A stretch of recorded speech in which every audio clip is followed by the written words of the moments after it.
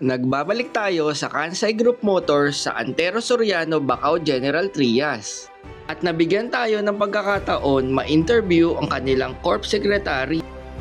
Madami siyang ibabahaging kaalaman pagdating sa down payment, financing, at payment options. At mga exciting na promo at update sa mga bagong dating na mini pickup at minivan. Is we accept down payment 50,000 only. Hanggang ilang years to pay yung kaya doon? May 5 years. 5 years. May 5 Oh. years. Yes po. Para ka lang naghulog ng motor nun. Di ba? Yes po. Magkano lang yun? Depends po sa inyo. Kung ilang, okay po. So, sa unit namin is marami kaming variant. May 64V at saka 64W. Sinamahan ko din ang isa sa mga kaibigan ko para personal siyang makapili ng minivan. At nabigyan tayo ng pagkakataon na ma-test drive ang isa sa mga fully reconditioned na units nila. Pakita mo, sister. Pakita mo, sister. Oh, itapat mo dun siya. Tignan nyo yung gauge nito. Parang pang Mini Cooper. Tapos, touchscreen, boy. Touchscreen ang mga infotainment system. Yes. Tapos yan, ito Saka po. naka-push start siya. Oh, push start. Push start sa social, ha.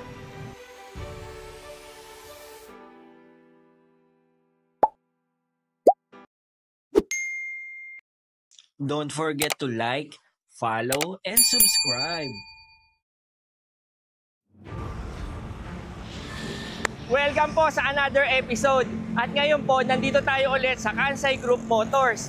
Balita ko po, maraming bagong dumating na minivan, mini pickup. Ano pa hinihintay natin? Let's roll out!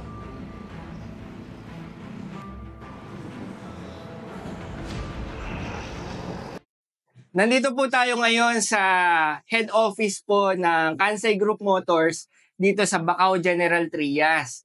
At ngayon, ma-interview po natin si Miss Chady Marie Nieves. Siya po ang Corp Secretary po ng Kansai Group Motors. Hello po. Good afternoon. Ayun, ma'am, ang dami po kasing mga katanungan nung first episode Yes, na hindi ko naman po personaling masagot. Yes po. At ang dami po kasing mga taga Cavite, mga taga South na nag-i-inquire po sa detalye po ng mga minivan. Yes po. So, ang pinakaunang tanong po nila is yung mga available units. Yes po. So, good afternoon po and welcome po sa Kansai Group Motors. We are located at Tejero, General Trias po. Okay po. So, sa unit namin is marami kaming variant. May 64V at saka 64W. Okay. So, itong 64V na Recon, ang Recon inclusion niya is body paint, upholstery, tint, LTO registration, new battery, and change oil filter, ganon. So, price range starts at 230 to 250K. 230 to 250K. 250K, ha? Opo, DS64V. Yun po. So, mga nagtatanong po ng detalye ng unit na yun, ayan, nasagot na ni ma'am yung price range. Opo. Sumunod po, ano pong unit? Next is DA64W or Wagon. Wagon. Yes, Wagon. Yung Wagon is like latest model also. So, price starts at 250 to 280. 250 to 280,000. Yes po. Yun po, yun ba yung dalawang pinto na bubuksan? Yes po, automatic. Pag, example, you open it, just light up na lang po siya. Abo. Yan po yung kaibahan sa wagon at saka sa van. Yung van is mano-mano. Mano-mano. The wagon is just slide up. Yung pinipindot na lang. Yes. Okay. Yun po, ang ganda po nun. Nakita ko na po yung unit na yun. Yes. And then we have also the special unit, yung mga hustler, yung mga wagon, spasya, pallet. Yun yung special unit natin at it would range like 300 to 350 also. 300 to 350,000. Yes po. Okay. Pag recon na po siya. Recon. Recondition unit meaning parang bago na siya. Pag yung kanina po kasi 'di ba sabi surplus. Yes po. Yung isa recondition. No. Surplus meaning like second hand from Japan. Pag andito na sa Philippines, i-recon natin tsaka parang pinturahan. Okay. So parang bago na siya, brand new. Brand new. Okay. Yan po yung tawag sa amin, recondition unit. Okay. Yes. So ibig sabihin, pag bibili ka na, automatic naka-recondition na po siya. Yes po. So, ayos na yung pintura, Opo. naikondisyon na yung makina, Opo. naiayos na yung mga aircon, Yes po. suspension. Kumbaga, ano itsura nyo nung nasa Japan siya, Yes po. Yun, ibabalik natin. binalik sa original na itsura niya Opo. at nailipat na sa left-hand drive Yes po, yung left hand. position. Yes po. So, yun po sa mga buyers po natin na interesado at sa mga dami po na nagtatanong. Ayan po, nasagot na rin po ni Miss Chadi. Sumunod naman, ma'am, yung mga parts daw kung saan daw Parts. nakakabili. Okay. Yung parts naman, we can buy anywhere na po. Like sa auto parts, kasi since Suzuki naman po ito, so sa Okay. Philippines may Suzuki brand naman. So anywhere we can buy. So walang problema sa parts. So, walang problema sa parts. Opo. Sumunod, ma'am, yung ano po yung warranty? May warranty ba yes tayo? po. Warranty po natin is yung engine at transmission is 1 month only. 1 month Opo, kasi only. surplus po tayo. So, Okay. but if ever there's something wrong after you pull out the unit like within 7 days at may something wrong, pwede kayong bumalik dito para i-check natin kung Check. kung ano yung problema. Kung Yeah. anong dapat ayusin. Yes po. Okay. So, yun. So, yun po, isa pa sigurong mai-advise natin, mas maganda siguro magdala sila ng sarili nilang mekaniko. Yes, we can Di ba po, kung halimbawa nga ikaw na pupunta ka sa grocery, Yes po. brand new yung mga binibili mong mga dilata. Yes po. Minsan, di ba, pag may kaprasong yupe, kahit parehas naman, ang kukunin mo yung walang yupe yung Yes, dilata, di ba? Exactly. Yeah. Parang ganun din po sa pagbili ng mga unit. Kumbaga, maninigurado din po kayo na maayos at matibay po yung unit na kinuha ninyo. Yes po. Kaya inaalaw naman Yes, allow. ninyo magdala Yeah. ng sariling Para mekaniko.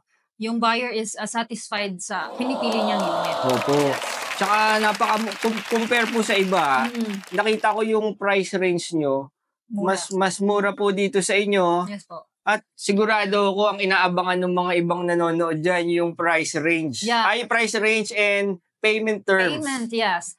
So sa amin is we accept down payment 50,000 only. 50,000 lang po ang down payment, ha? Yes po. Napag-usapan na natin yan doon sa unang vlog ngayon. Nililinaw po ulit, 50,000 down payment. Opo. Para at least yung sa 50,000 na po na iyon, we can process the LT registration.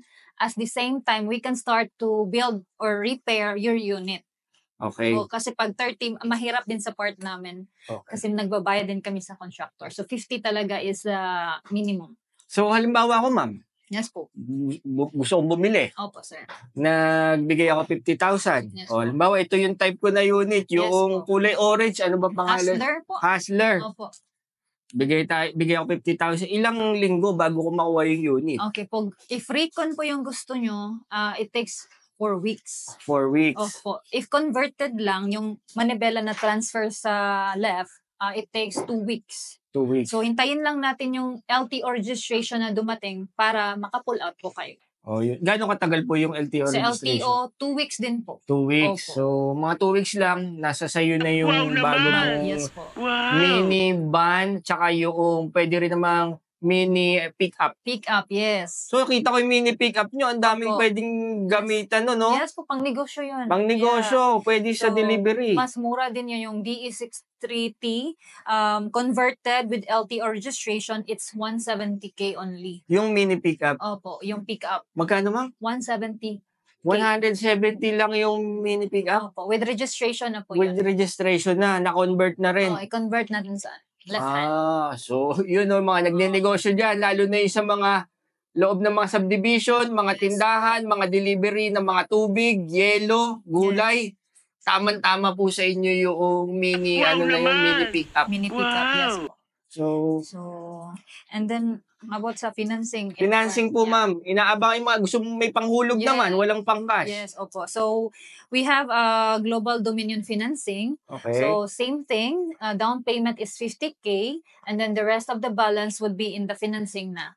So, the financing and the buyer will have to talk sa terms and condition. We will introduce them to the Global Dominion. Ayun. No So, problem. may partner na rin pala po Yes. kayong financing. Yes po. So, ma'am, sa experience nyo, mga hanggang ilang years to pay yung kaya doon? May 5 years. 5 years. Oo, may 5 Wow years. Yes po. Parang alam mo, nagulog ng motor nun.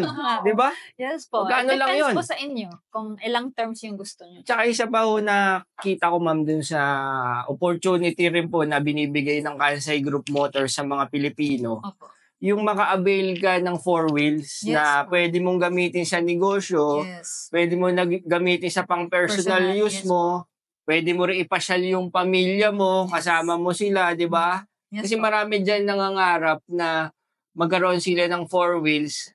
Yun nga lang sa Budgetable. wala pang budget. Ngayon, buti na lang dumating si Kansai Group dito sa Cavite. Maraming mga Caviteño ang magugulat na lang, "Oh, ang daming may minivan dito." Yeah, talaga as in. So far, meron namang run dito but not so many pa.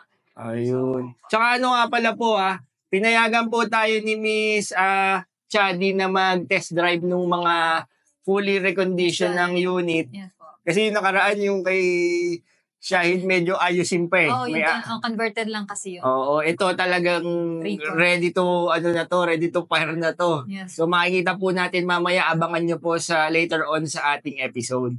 Tsaka ma'am nga pala, sa dami ho nagtatanong sa akin, nagchat-chat, hindi mo po ako nagbibenta ng minivan. Opo. Talagang nag-interview lang din po ako, na picture ko kayo. Yes po.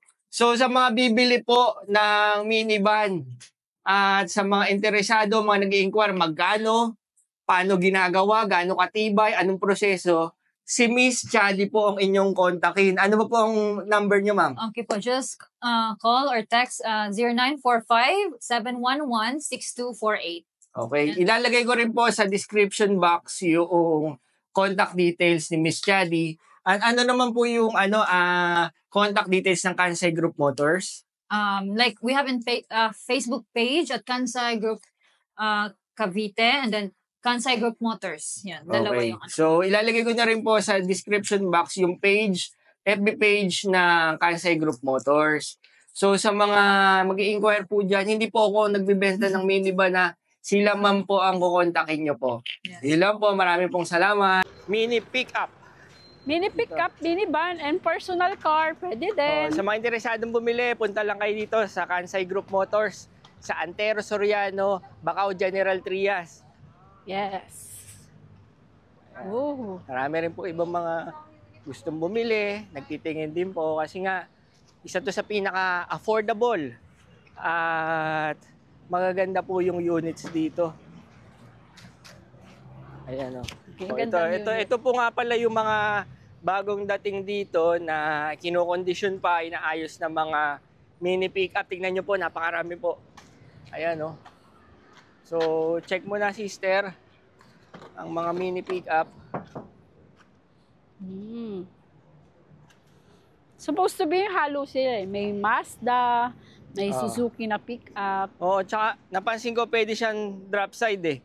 Oo. So, pwedeng ibaba po yung gilid. Ayan o, katulad niyan. Pwede nyo ibaba yung gilid. This one. Halimbawa, yung mag-deliver kayo ng mga tubig o kaya yelo, mas madali mag-deliver. Di na kailangan line lang pa ganun. Tingnan natin sa actual road.